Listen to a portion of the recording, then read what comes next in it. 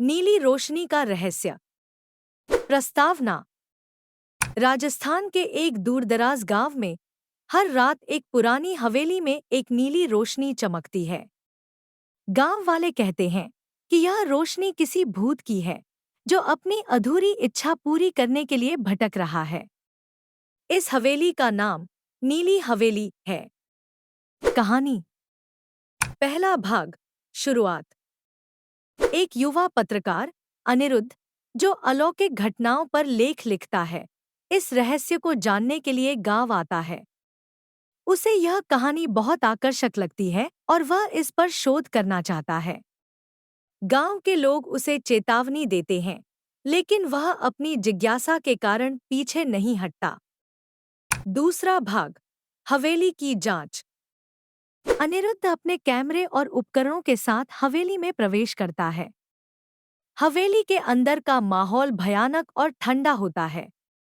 दीवारों पर पुरानी तस्वीरें और फर्नीचर जर्जर हालत में होते हैं।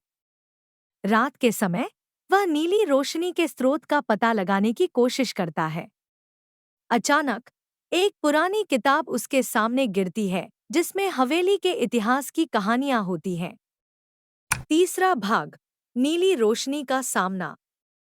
जैसे जैसे रात गहराती है, हवेली में अजीब घटनाएं घटने लगती हैं।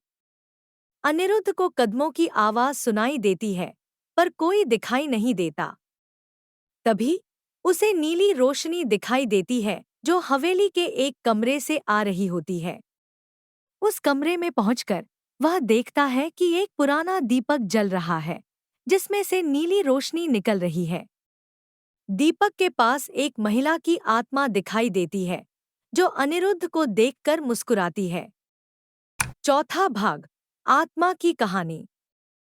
महिला की आत्मा अनिरुद्ध को बताती है कि वह इस हवेली की मालिक थी। उसका नाम रानी रत्नावली था।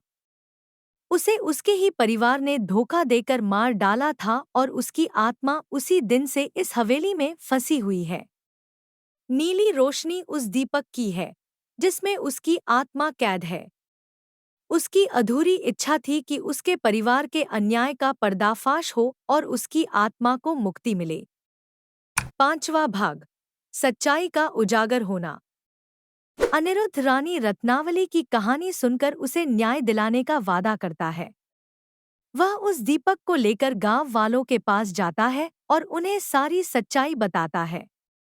गांव के बुजुर्ग लोग रानी रत्नावली की कहानी को याद करते हैं और उसके साथ हुए अन्याय को मानते हैं।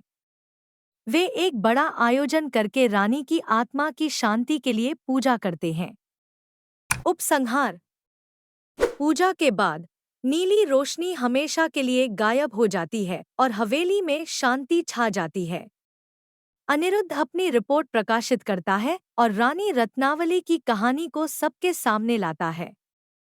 उसकी आत्मा को आखिरकार मुक्ति मिल जाती है और हवेली अब सिर्फ एक पुरानी कहानी बनकर रह जाती है। समाप्ति।